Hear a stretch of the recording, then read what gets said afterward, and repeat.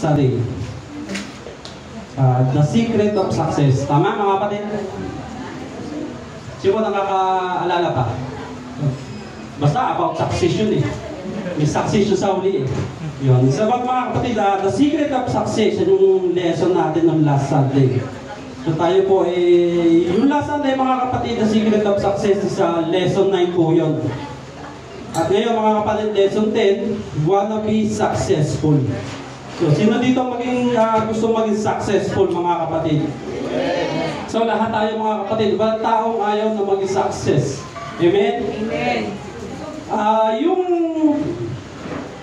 lesson 10 natin mga kapatid na wanna be successful, madadaanan na po natin ng kaunti yung last na lesson dahil yung page po nun mga kapatid is page 35 hanggang page 40, yan po ang lesson 10. At last na lesson na po ito mga kapatid. After this mga kapatid, next Sunday iba naman. Yan mga kapatid. So memory verse natin ngayon mga kapatid is 1 Timothy. Sino pwede mo mga kapatid? 1 Timothy chapter 4 verse 15. Sino pwede mo bumasa mga kapatid?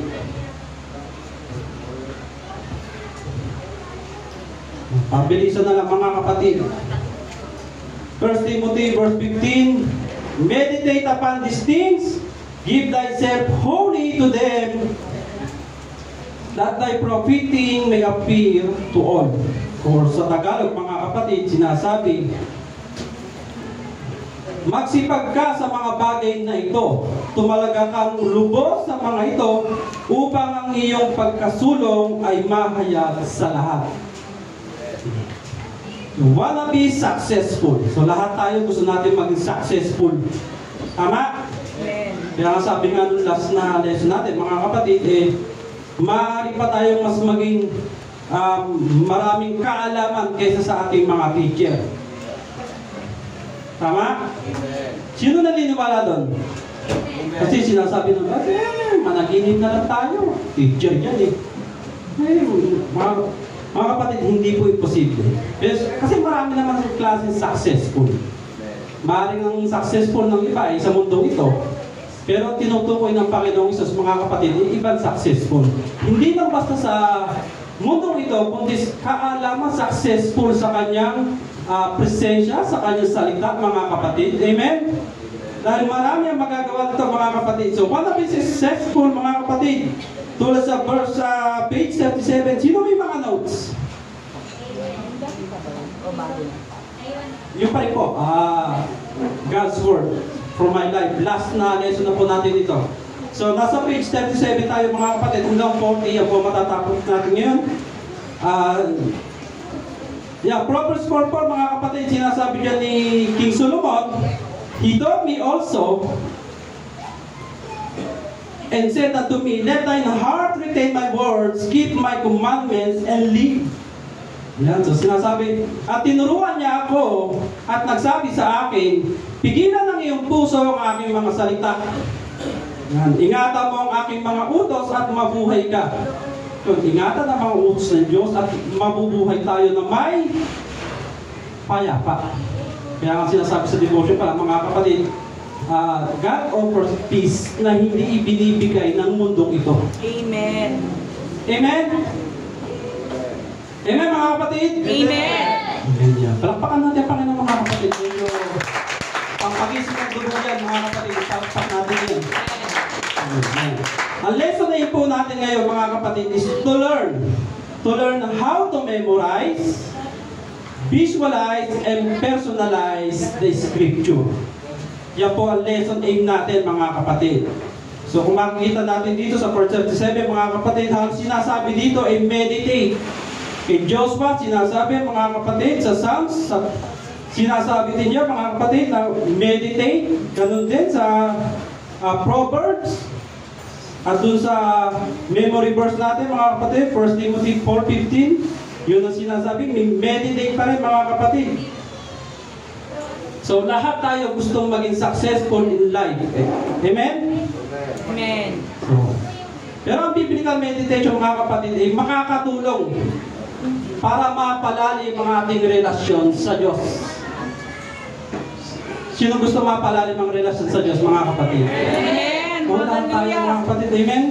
So, sa Bible, mga kapatid, o sa Scriptures, ang Diyos ay paulit-ulit na nangako ng magagandang blessings. Yan. Hindi lang basta blessings, mga kapatid, blessings of success and prosperity. Yan ang pinapangako, mga kapatid, ng Diyos. Blessings of success, prosperity sa mga nagme-meditate ng kanyang mga salita. Tama? Sino dito yung babasa ng Bible? Taas ang kamay. Ay, yung iba, humble lang yan. Humble lang yan. Pero babasa yan ng humble lang.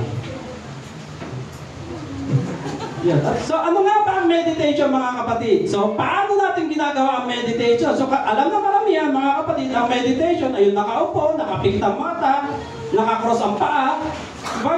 Yung walang iniisip, tahimik lang, diba? Yung nagre-reduce ng mga kaisipan, lalo na ng mga problema, yun yung meditation na alam natin. Kasi yun ang ginagawa ng marami, mga kapatid. Tama? Pero sa Bible, mga kapatid, ibang-iba ang sinasabing meditation. So, ano nga ba ang sinasabing meditation?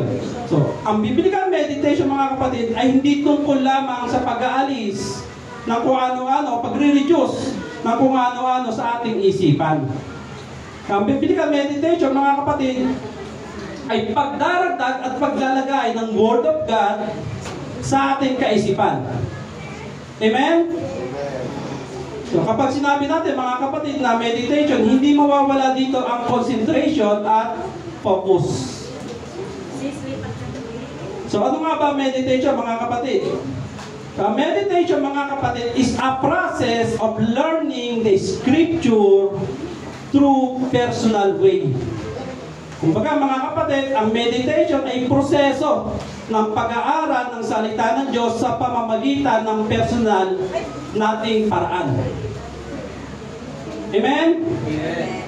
So, nasa notes po natin yan, mga kapatid. Kaya kung may mga notes, pwede nyo pong i-ano na lang. Nandiyan din po yun. So, ano ulit yung meditate, mga kapatid? Meditate is a process of learning the Scripture through personal way. Amen? Yan. So, depende, mga kapatid, kung paano natin na pag-aaral, pagbubulit-bulayan ang salita ng Diyos. So, kailangan paulit-ulit ito, mga kapatid, sa ating isipan. Kailangan natin palaging isipin hanggang maging parte ito ng ating isip. Di ba, mga kapatid, yung sa may mga kasama natin sa bahay, di ba, araw-araw natin naririnig yung boses nila sa mga asawa natin, sa mga anak, araw-araw natin naririnig yan, ang boses nila. Kaya kahit wala sila, isipin lang natin yung boses nila, alam natin ang boses nila. Kahit malayo pa lang, pag narinig natin yung boses nila, alam na. Tama? Right. Amen? So, same thing po, mga kapatid, sa meditation. Kapag ang salita, paulit-ulit natin inaaral, hindi na mawawala sa isip natin yan. Amen. Tama? Amen. Pag paulit-ulit natin nababasa, paulit-ulit natin narinig, hindi yan basta-basta mawawala sa isip natin. O sa may mga asawa, sino dito yung solo? Yung pangalan ng kanilang asawa. Sa mga tatay, solo natin yung pangalan ng ating asawa. O, parang nakalimutan yata yung spelling. Nakalimutan yung spelling? Sino dito nakalimutan yung spelling ng asawa? O, ako lang? Ako lang pala nakakalimut.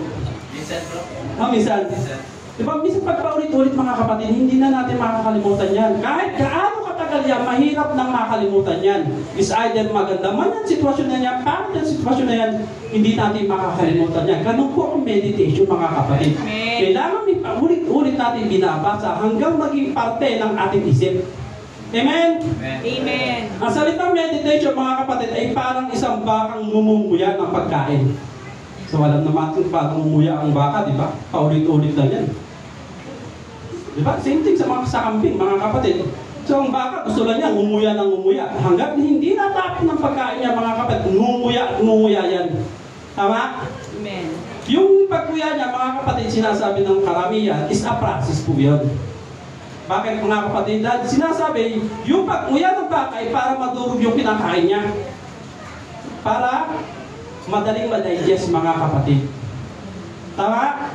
So same thing po mga kapatid sa meditation mga kapatid. Kung paanong nahihimay ng baka ang pagkain sa pamamagitan ng paulit-ulit at marami pagmuya, ang Bible mga kapatid, meditation ay nangangailangan din ng malalim na proseso para mapag-aralan ng gusto ang Word of God.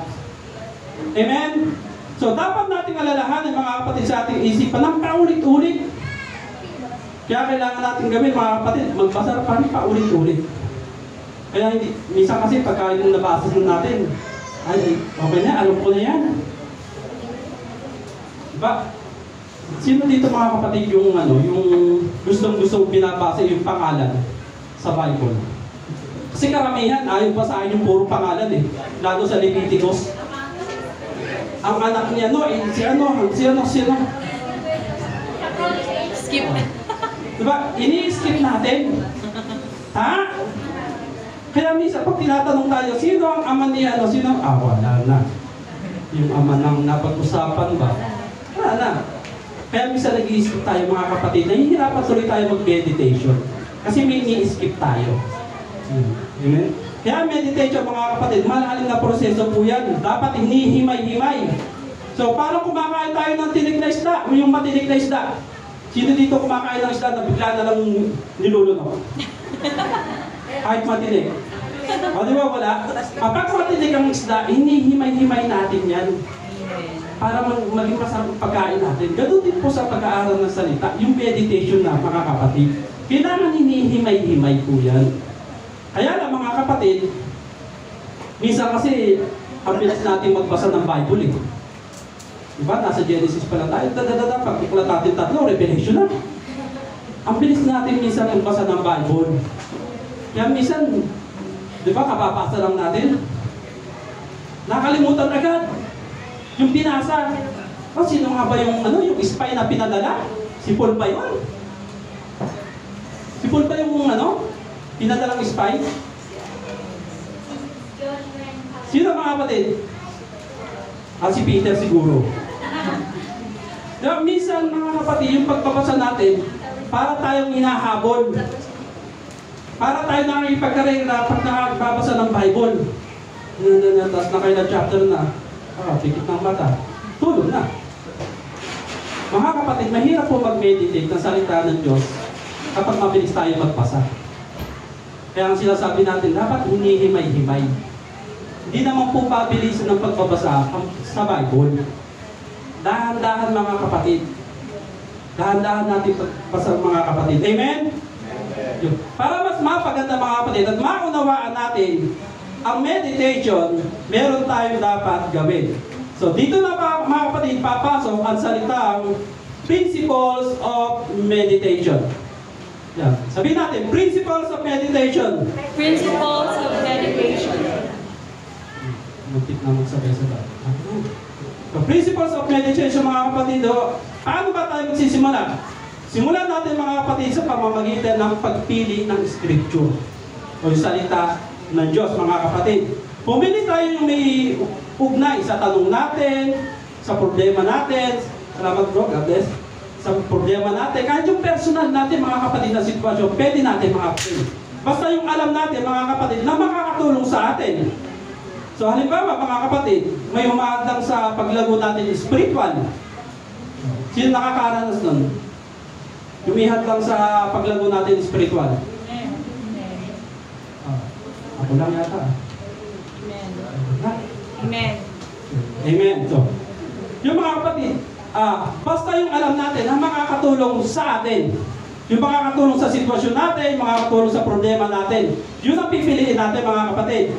And then, ang gagawin natin mga kapatid, doon tayo magpo-focus. So halimbawa mga kapatid, may problema tayo sa spiritual. Paano natin ma-develop spiritually? So pwede natin basahin mga kapatid yung John 15. Kasi yung John 15 mga kapatid, tungkol sa vine and the branches. Tayo yung branches mga kapatid. Tinuturo sa John 15 mga kapatid, yung manatili tayo sa Kanya. Tama? Ganun din yung about relationship, mga kapatid, sa John 15. Kaya pwede natin yung basahin kung gusto natin ma-develop spiritually. Amen? Amen. Gusto natin ma-develop spiritually. Amen? Amen. So, yan. Kung tayo ay nakakaranas, mga kapatid, ng spiritual, mga kapatid, pwede natin basahin ng John 15. Ang oras, mga kapatid. So, kung nakakaranas naman tayo about genuine love, yan, different kind of love, mga kapatid. Kung gusto natin magkaroon ng genuine love, mga kapatid, pwede natin basahin ng 1 Corinthians 13. Dahil ang 1 Corinthians 13, mga kapatid, madalas nilang tinatawag yan na love chapter. Amen? So, ina-emphasize niya, mga kapatid, yung kahalagahan ng love. Kaya kung gusto natin ng genuine love, matuto pa, mga kapatid, pwede natin basahin yung 1 Corinthians 13. So, finding God's forgiveness sa Psalms 51, mga kapatid. So, depende yun, mga kapatid, sa sitwasyon natin.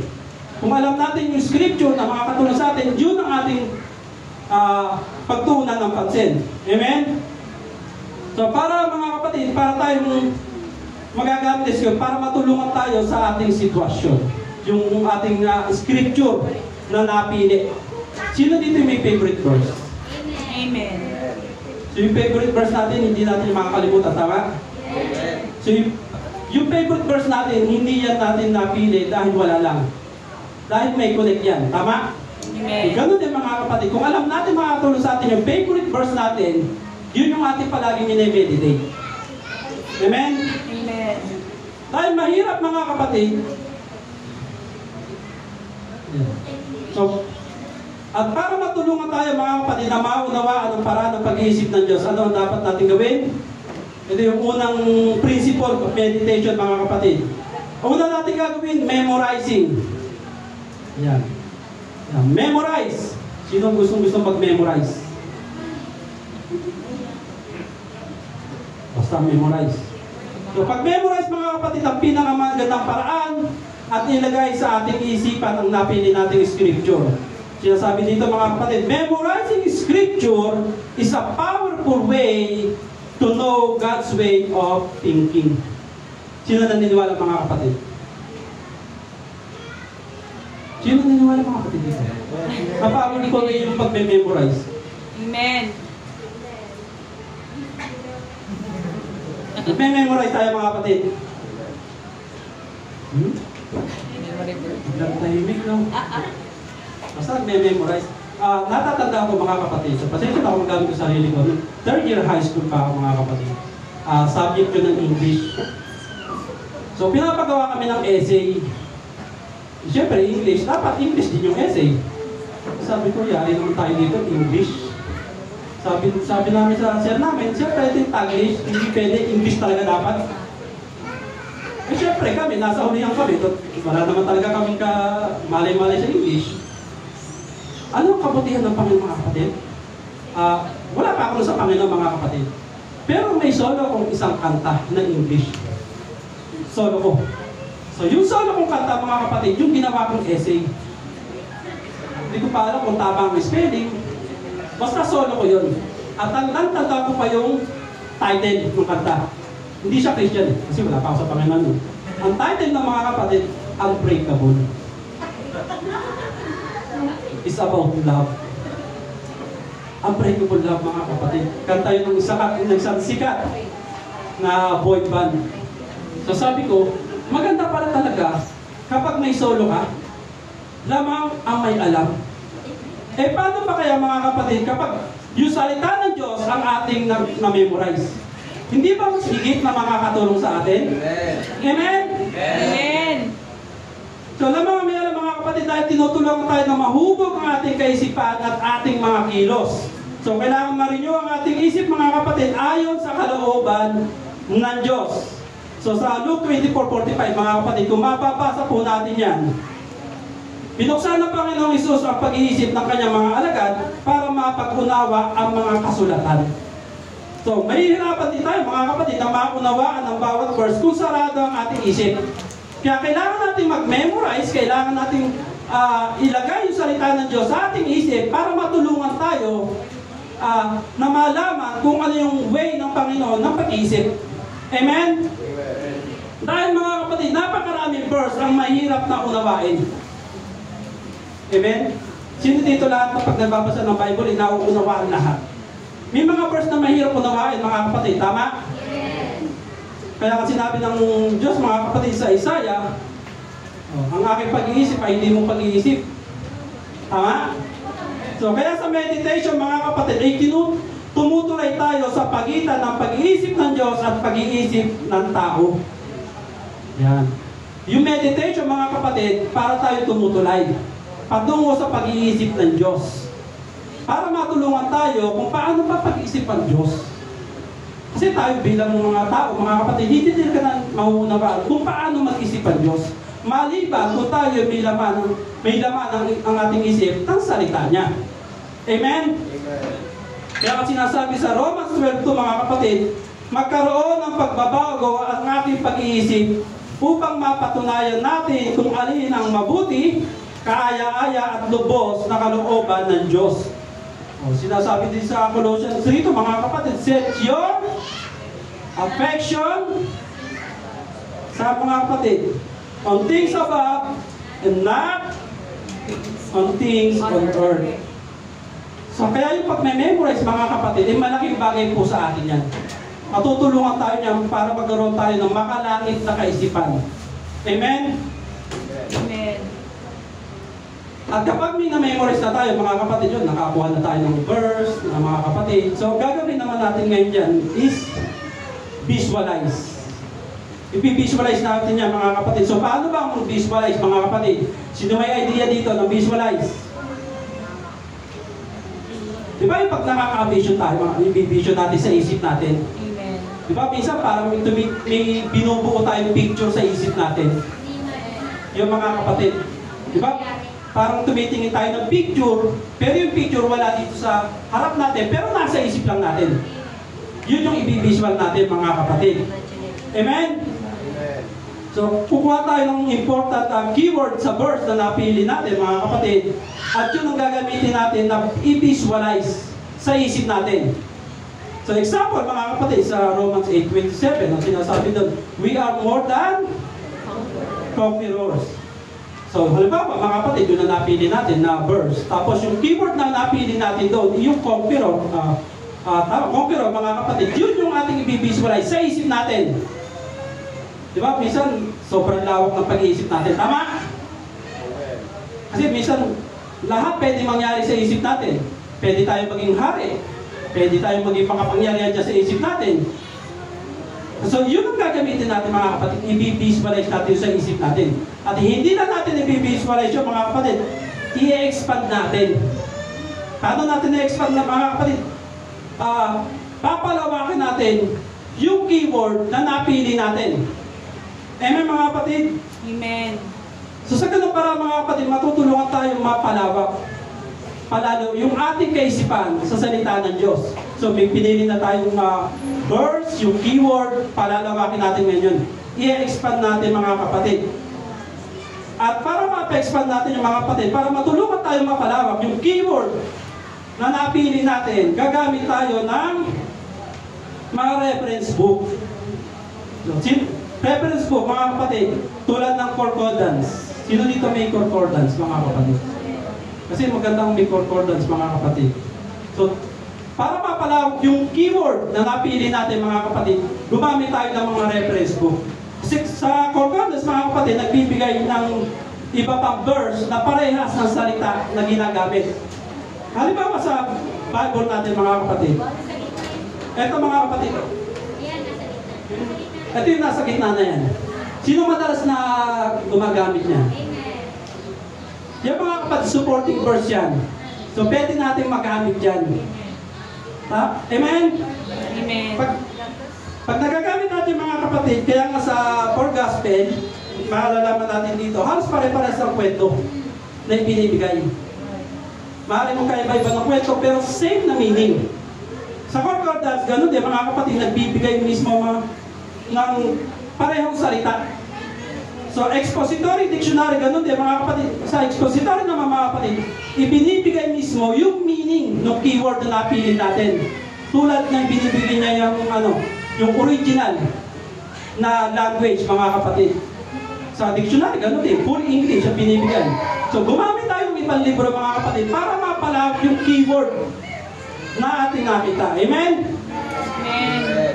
Minsan kasi mga kapatid, umaasa na nga tayo sa sarili natin interpretation. Kung ano yung alam lang natin, yun na yun. Kaya minsan mga kapatid, minsan may nakakaligtaan tayo. Kaya mas maganda talaga mga kapatid, pinapalawak natin para matuto pa tayo. Amen? Amen. So, natatandaan ko rin mga kapatid, third year pa rin. English pa rin subject. English subject pa rin mga kapatid. So, pasensya na ako magalit sa rin mga kapatid. So, English spelling naman. So, kasi sa dati mga kapatid, di ba? Usong spelling. So, spelling kami. So, spelling sa amin, Coco. Sabi ng teacher, English teacher namin, spell Coco. Lahat talaga kami mga kapatid nagtinginan. Coco. Alam mo yan? Hindi rin eh. Pati yung pinakamatalino sa amin mga kapatid, nagtanong na rin. Ano mo yan Coco? Hindi eh. Promise mga kapatid, ni isa sa amin walang nakatama sa spelling ng Coco. Which is alam ko na lahat tayo dito alam ng salitang Coco. Pero alam natin yun, in different word mga kapatid. I-spell ko sa inyo mga kapatid, sabihin nyo kung ano yun. Ang sinabi sa amin na Coco is C-O-C-O-A. Ano yun? Kakao yun, ang ano, chocolate. Same thing, kokwa. Sabi namin sa English, sir, kung sinabi mong kokwa yan, walang magkakamali sa amin. Kokwa lang pala, kokwa yan sa amin, sir, hindi Coco. Eh, Coco ba naman? Meron, sa summer kasi, meron doon yung ano, kakao. Oh. Kakao. Oh, meron po yun. Chocolate. Oh, kakao. Kaya ganun yung kanyang pronunciation. In other words, kokwa. Coco ba naman sabi sa amin? Coco. Okay, sinulat sa blackboard eh. C-O-C-O-A. Kokwa lang pala. So, ibig sabihin mga kapatid, kung ano yung alam natin, yun lang eh.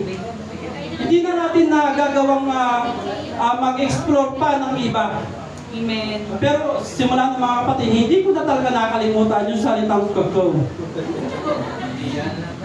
So at least alam na natin sa mga estudyante dyan, pag may pa-spelling sa inyo, ng Coco, kokwa lang yan. Wala nang iba.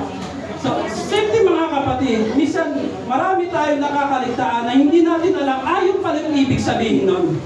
Kasi hindi pa natin ina-explore na masyado ang ating isipan sa ibang bagay na kahulugan, na ibang meanings. Amen. Kaya kailangan natin i-expand, mga kapatid, yung salita ng Diyos, yung keyword na napili natin para hindi rin naman tayo maging umumong sa ibang bagay. Amen? I-expand natin mga kapatid. Kaya di ko talaga makalimutan yung teacher natin yun. Kaya sarili natin kalaban mga kapatid ay hindi sumasapat para maunawaan ang Diyos. Sa meditation mga kapatid ay tumutuloy tayo sa pagitan ng pag-iisip ng Diyos at pag-iisip ng tao. Kasi nga mga kapatid, kung anong alam lang natin, yun na lang tayo mga kapatid. Kaya i-explore natin, i-expand natin yung salita ng Diyos na napili natin. Amen? Amen. So, palakpakan natin ng Diyos mga kapatid.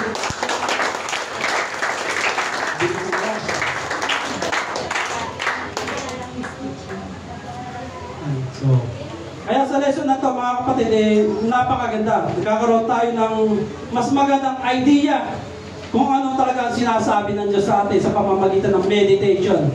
So ano yung unang principles of meditation mga kapatid? Memorize, visualize, and then yung pangatlo mga kapatid, matapos natin malaman mga kapatid yung keywords o keyword na napili natin, ang gagawin naman natin mga kapatid is ipanalangin natin ito sa Diyos. Kailangan natin ipag-pray ito mga kapatid, pabalik sa Diyos. Amen? So anong gagawin natin mga kapatid para ipag-pray natin ito, pabalik sa Diyos? Ang kailangan natin mga kapatid is personalize. Personalize. So, ipe-personalize naman natin ngayon ito mga kapatid. So, dahil ang Diyos mga kapatid, nasisiyahan ng Diyos na marinig ang kanyang sariling salita, Lalo na kapag ginagamit natin bilang kanyang mga anak para ipahayag ang ating mga nararamdaman at ang ating mga hangarin, mga kapatid. So maganda itong personalize na ito, mga kapatid.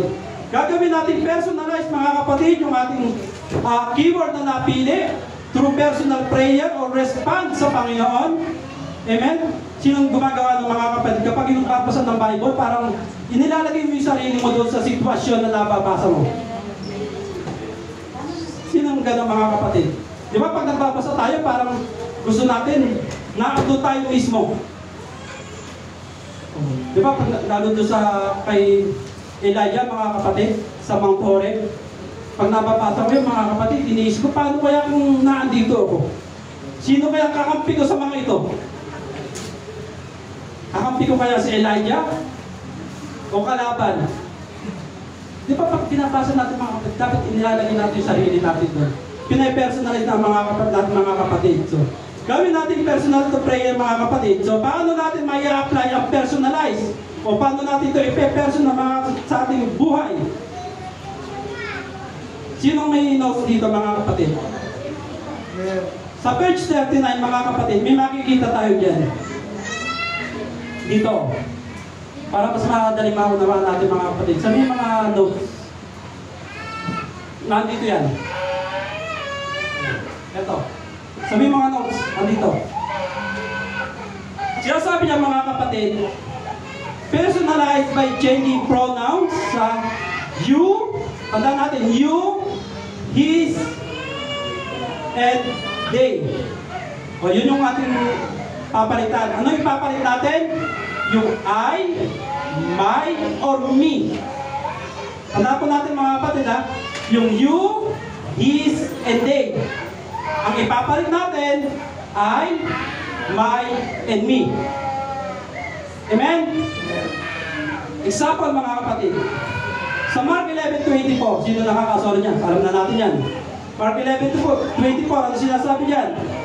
What things soever ye desire, when ye pray, believe that ye receive it, and ye shall have them. Yung ye doon ay you. Tama? Tama, mga kapatid? Yung ye po dyan, as ibig sabihin is you. So, pagka pinersonalize natin yung mga kapatid, yung salitang you, papalitan natin ng I. Yun, mga kapatid. So, kaya pagka ginawa natin personalize yan, mga kapatid, masasabi natin, whatsoever I desire, when I pray, if I believe that I receive them, I shall have them. Ganun, mga kapatid, kapag pinersonalize na natin yan. Kumbaga, ilalagay natin yung sarili natin doon mismo sa salita. Parang inaangkin na natin, mga kapatid. Amen? Making sense, mga kapatid? Sa Psalms, mga kapatid, maraming pinapahayag dyan na iba't ibang uri ng mga emotion. Kaya marami tayong pwedeng gamitin dyan sa Psalms, mga kapatid. Kaya ang prosesong ito, mga kapatid, bumubuo ng mga meditation. Kaya yung personalized na yan, mga kapatid, kailangan natin din palawakin yan. Kaya pag nagawa natin yung personalized na yan, mga kapatid, hindi na tayo masyadong mahihirapan na i-meditate ang salita ng Diyos. Amen? Kasi, mga kapatid, minsan, kahit ako, mga kapatid, nung inaaral ko to, maganda talaga siya. Kasi pag ako nagbabasa, mga kapatid, basa lang talaga. Ilalagay ko lang yung sarili ko, maganda siguro ng kwentong ito pag naandoon ako. Pero minsan, di ba, sinasabi natin sa Mark 11:24, minsan binabagit natin, Panginoon, sinabi mo sa Mark 11:24 na sampalataya lang kami na ititinanggap namin na itikakamti natin. Tama? Madalas natin narinig yan. Pero pag pinersonalize pala natin, mga kapatid, kapag inangkin na natin, iba pala. Iba ang dating. Parang inaangkin na natin yung kapangyarihan ng Diyos. Kaya napakaganda, mga kapatid, kapag ito isinama natin sa meditation. Amen? So ano rin yung principles of meditation? Una, memorize. visualize, pray, scripture back to God, and then personalize, mga kapatid. Kapag nagawa natin yung apat na yan, mga kapatid, nasa atin na lahat ng pagkakataon. Kapag nagawa po natin, kapag nai-adapt natin yung mga kapatid. Kaya mga kapatid, ang problema po kasi sa atin, isa kailangan tayong itulak para mag-aral ng salita ng Diyos. Kailangan may magpaalala sa atin para magbasa ng salita ng Diyos. Misa kailangan tayong itulak para mag-aral. Amen? Kasi minsan iniisip natin, kaya kami ni Sisya mga kapatid pag nag-uusap pa. Siguro minsan ang ganda rin yung nakaupo lang. Di ba? Maganda na. Maganda talaga. Di ba? Nakaupo ka lang, nakikinig ka lang. Maganda ba mga kapatid? Chillax ka lang kasi wala kang aalalahanin na magtuturo ka. Wala kang aalalahanin na kailangan mong mag-search. Hindi ka mapupuya. Minsan okay din mga kapatid. Wala namang problema dyan. Pero kasi tayo, iba't iba kasi pagtawag talaga ng Diyos. Kaya nga yung 5 folds of ministry mga kapatid. Pero maganda mga kapatid na ini-import din natin yung sarili natin sa ibang bagay pa. Kaya kasabi, kung gusto natin maging successful mga kapatid, i-explore natin, ilagay natin yung sarili natin sa ibang bagay naman. Umalis tayo dun sa comfort zone natin. Kasi minsan nasa comfort zone lang tayo eh. Kaya relax lang tayo eh. Amen?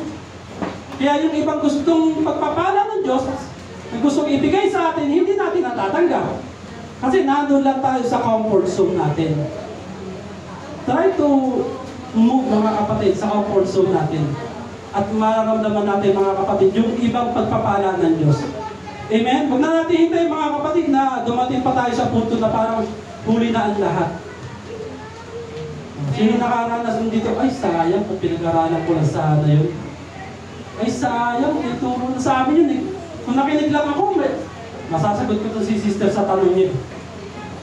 Yung mga ganyang bagay mga kapatid. Kaya totoo talaga na nasa huli ang pagsisisi. Kasi ganyan din ako minsan mga kapatid. Kung sineryoso ko lang sana yung pag-aaral, kung nakatapos lang sana ako ng pag-aaral, kaya huwag na natin hintayin mga kapatid. Kaya nga sinasabi, habang buhay may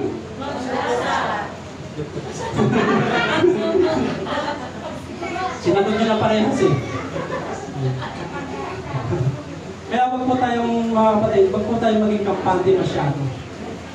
Hindi porke may masyado. Napakalalim po ng Bible mga kapatid. Totoo lang. Kaya sinasabi ng isang scholar mga kapatid, kulang ang buong buhay natin para pag-aralan ng Bible. Kulang na kulang mga kapatid. Kaya wag po tayong maging kampante. Kung pag-aralan natin mga kapatid, ang salita ng Diyos. Kaya nga sa salita ng Diyos mga kapatid, bagamat hindi natin kinakain sa personal, pero ito yung matamis. Sino naniniwala matamis sa salita ng Diyos? Ito yung mas matamis pa kaysa sa pulot pugyutan o honey. Hindi sa kakao, sa honey. Mas matamis pa. Amen? Pagka, sino dito gusto na matamis? Maraming iba ayaw, yung iba gusto. Pero mga kapatid, masarap talagang pag-aralan ng salita ng Diyos. Pero mga kapatid, kapag gusto talaga natin, kapag ayaw natin, hindi talaga natin pag-aaralan to. Kaya nga minsan mga kapatid,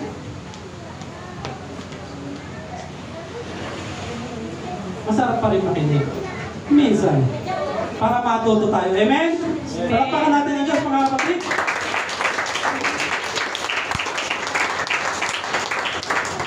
Kaya kung nabasa na natin Bible mga kapatid, try ulit natin basahin ang Bible, tapos i-apply natin yung principles of meditation. Try natin kung ano yung kaibahan mga kapatid. Remember mga kapatid, ang pinakasimpleng tuntunin para sa pag-aaral ng anumang bagay na kapakipakinabang ay ang salita begin or magsimula.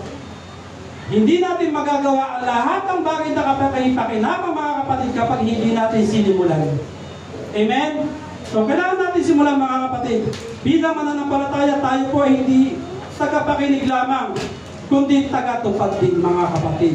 Amen. At sinabi dito sa lesson natin mga kapatid, tinuturuan tayo to transform. To transform, hindi lang for information. Kaya tayo nakakarinig ng salita ng Diyos mga kapatid ng pagtuturo para ma-transform, para mabago. Para hindi naman tayo magkaroon ng mga knowledge, but to transform, not for information. Amen. Kailangan yung salita ng Diyos mga kapatid na tinatransform tayo. Binabago po tayo. Hindi na tayo binubusog sa kaalaman, kundi nababago po tayo mga kapatid. Amen? Amen. Palakpakan natin pa no mga kapatid. Glory.